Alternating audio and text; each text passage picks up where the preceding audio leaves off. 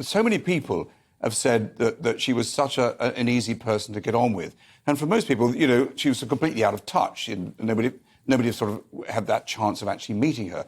What we see now, these sort of miles of people queuing that have never met the Queen but are prepared to stay out, you know, upwards of 10, 12 hours to just simply file past her coffin. And but they will do so because they have this sort of tremendous respect. When I was working there, we had this tremendous respect. But I always acknowledge, you know, and remember the fun that even our Queen could generate. And I remember one occasion in Sandringham, fun enough, when the Queen Mother was alive. We were all having a sort of a lunchtime at Wood Farm at the time.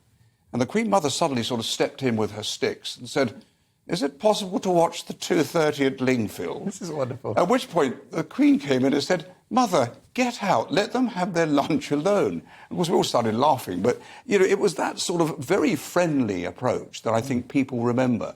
And exactly what Neil was saying, everybody here tonight will just have these sort of very fond memories of a woman. And I think, you know, the King now, with the long-term apprenticeship that he's had, it's a very difficult act to follow. But I do think, actually, that I think the beginning so far, I think, puts him in a very good stead. And I think that he will take, certainly, a lot that his mother has shown already. I think is a well, yeah, and you last time you were on, you spoke very generously about Charles. You'll have known him well because you were there to protect both of his sons initially and then, of course, his wife, Diana. And you said, look, he's a really decent guy. He's very sincere. He has, you know, he's a human being, isn't he? He makes mistakes. Even in the last few days, he lost his rag over the fountain pen that started leaking. He has a short fuse, doesn't he? Do you think we'll see more of that? Well, I think that was a classic, Prince. And I think, you know, most people found that entertaining because, to be honest, I mean, traditionally, who would nowadays want, you know, inkwells? You know, I was expecting some sort of feathers to come out, which was cut himself a quill to sign it off.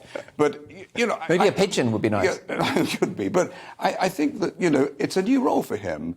And, you know, I think... And he wants everything to go perfectly. I know, but politically, you know, he's had a very, very active voice, particularly on matters to do with climate change and architecture. We know all that.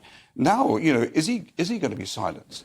In a way, I don't think he should be. I think that he's actually put across some very, very valid points, particularly about climate change. So he needs to find some way of convening and convincing Parliament that, OK, I'm now the king, but actually I haven't forgotten. I still have these views about certain things.